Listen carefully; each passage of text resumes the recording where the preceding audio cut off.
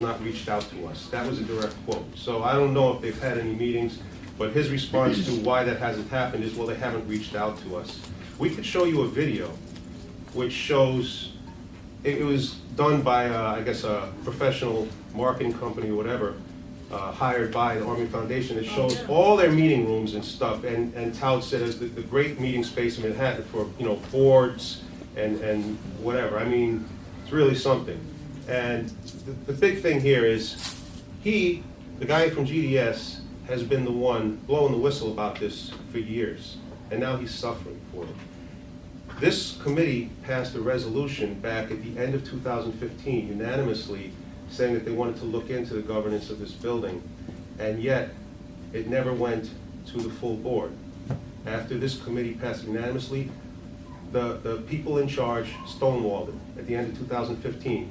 And who came in as the new chair in 2016? Shahabuddin Ali, okay? And he also never allowed it to be brought to the full board until finally just a couple months ago. And you misspoke when you said that there are 2 board members affiliated with the Armory Foundation. After that resolution was passed, all of a sudden, Glennis Aquino, who's a full-time employee of the Armory Foundation, I think is in charge of special events, whatever, she got put on this board and got put on this committee, the committee.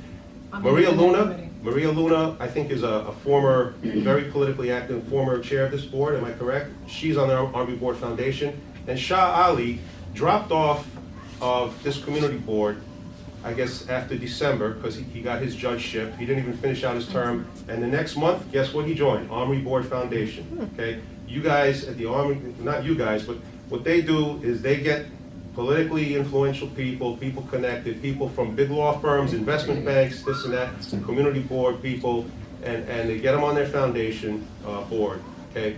And I appreciate what you guys do with serving the homeless and running the homeless shelters, and I understand that that's really what you're about. You're not about, managing a building that, what's going on in that side of the Army has nothing to do with homeless services. I understand that's not really what you're about, but you guys have just completely ignored this. What a lot of us are concerned about is we don't want him to get kicked out because he blew the whistle and tried to stick up for the community. We want him to be able to stay there. And the governor was requested to be at these meetings a couple times. This is your first time here. And now, at the end of this month, he's out. We want him to be given a stay. We're asking for that. Sure. I appreciate that. In fact, this community board is asking for that, and that was actually the nature of the resolution that was passed unanimously. And I wanted you to know how hard that is. And sometimes there's things that are obvious.